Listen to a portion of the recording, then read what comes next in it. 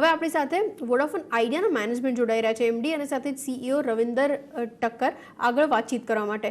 Hi sir, शुक्रिया जुड़ने के लिए। सबसे पहले टेलीकॉम पैकेज के बाद कंपनी के सामने जो अनिश्चितता थी वो खत्म हो गई है। अब कंपनी इस साल कितना कैपेक्स देख रही है? Package has been announced by the government. A very interesting package, and I have to say it's probably as big as packages get. This is as extensive as that. Three different types of reforms that they have introduced. One which is around the area of structural reform in the industry, another one around operational reforms, things to make business easier, and then the last one is really around financial reform that they have introduced. All of those three things are going to be very helpful for the industry, and certainly very helpful for Vodafone Idea as well. So I think the main message that comes out from this package from the government, first of all, is that they believe that this is a very important industry for India, for digitalization of India, for the future of India, and it's a sector of sectors and very important for the economy. I think this is very important to understand. The second part is that they have also made it very clear that they want this industry to remain very competitive. They want at least 3 players in this market. Maybe, of course, more entrants can come in, but certainly they don't want this to turn into a duopoly or a monopoly. So they want this to be a competitive sector. And then, of course, they have shown that they are willing to do structural reforms in the industry as well to make sure that the industry stays robust. For Vodafone Idea, I think the biggest topic, first of all, is that there have been a lot of discussions around the future of the company, whether it will survive, whether it will be staying around or not. We always believed that was going to be the case. We were always going to be around. But now I think hopefully, first of all, we can put that behind us, and we can no longer discuss or talk about whether this company will be around, because clearly, first thing, we will be there. The second part is, as you asked about CapEx specifically. So I think there I could say is, with the government saying that instead of paying us for the next 4 years, please take the money that you get of your EBITDA that you get, and please put that into the investment of your company, into your network, improving 4G quality, coverage, digitalization of customers, and other things that, customer experience that you can provide. And that is what we intend to do. We intend to spend all of that money into improving the quality of our network. We also will be going out and doing more fundraising. Again, funds can be raised, which can be invested back into the company as capital investment to again improve the experience. And hopefully, going forward, as further spectrum auctions take place in the industry around 5G and so on, we can participate in those as well, and then continue to invest further in the customer experience.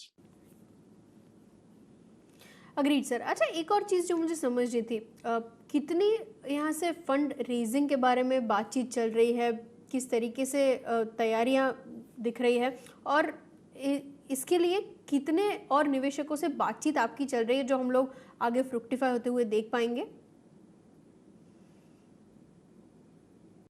As the way it works is the cabinet has announced the package, which has the broad terms of the actual relief package.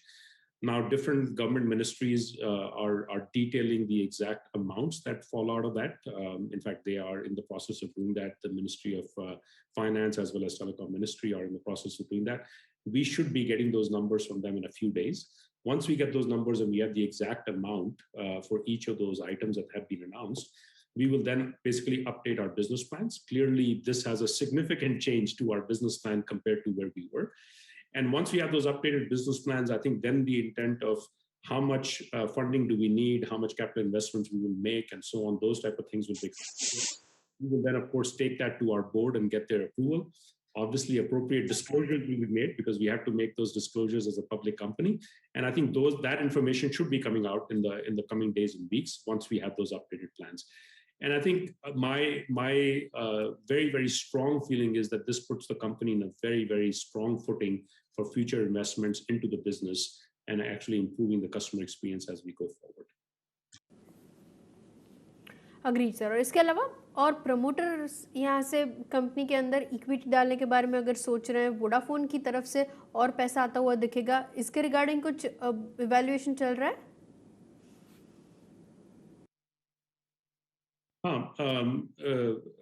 First thing is that, you're right, we've been engaged with investors for several months. So they've been saying 2, 3 things to us. The first thing that they've said is they're very interested in investing in India. Most foreign investors are very interested in investing. The second thing that they've said to us is that they like this sector. They like telecom as a sector and the digitalization and an essential service to the country. And at the same time, actually, they would like to invest in this sector. They like the structure of this sector as well. The promoters have, you must have seen their remarks after the announcement of the package. I think they have really had a very positive feel coming out of this package and the extent of the package that was given. I would say the promoters, from my experience, I can tell you, as the CEO of the company, they have been very, very supportive, not only in the fundraising processes, but in fact investing their own money that they have over several years into this business. This package is now a complete game changer in the sense that it's a very different situation than where it was just a few months ago.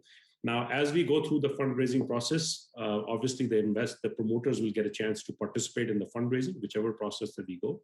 I am confident that they will be supportive, not only of this fundraising process, but I'm also very hopeful that they will participate. Agreed sir. और चूंकि हम लोग सब जानते हैं company अभी record घाटे में है, ब्रेक इवन तक कब तक हो पाएगा? We are an EBITDA positive company. I think just we have to remember. So if you think about the revenue that we bring in, operational expenses that we have an EBITDA positive company. And then of course the EBITDA that we are left over is supposed to get invested. The intent is to invest that further into the improvement of the company and so on.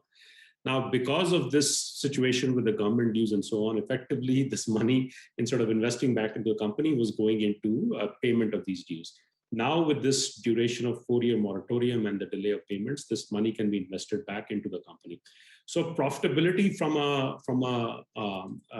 a P&L perspective and writing off the earlier, let's say, investments that we made, I think the company will be in the red for a period of time. But more importantly, we have to look at is what happens to the cash that comes in, what happens to the funds that come in, where do they go? And I say I'm very positive, as I said, and earlier on, again, we are a EBITDA positive company. So all of those investments will go back into the business, and that's what will improve the operational efficiency of the business, as opposed to really worrying about depreciation of investments that have already been